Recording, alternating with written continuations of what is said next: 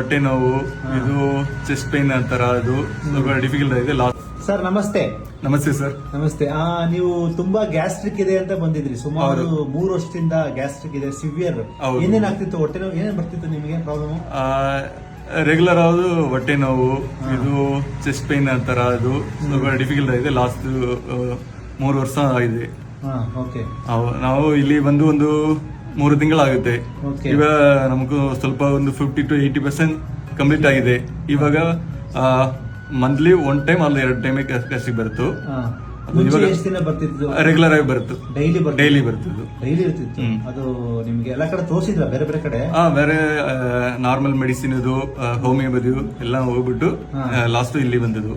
ನಮ್ ಫ್ರೆಂಡ್ ಹೇಳಿದ್ದಾರೆ ಇಲ್ಲಿ ಬಂದು. ಇವಾಗ ತುಂಬಾ ಚೆನ್ನಾಗಿದೆ, ಆರಾಮಾಗಿ ಊಟ ಎಲ್ಲ ಸೇರ್ತಾ ಇದೆ. ಹೌದು ಹೌದು.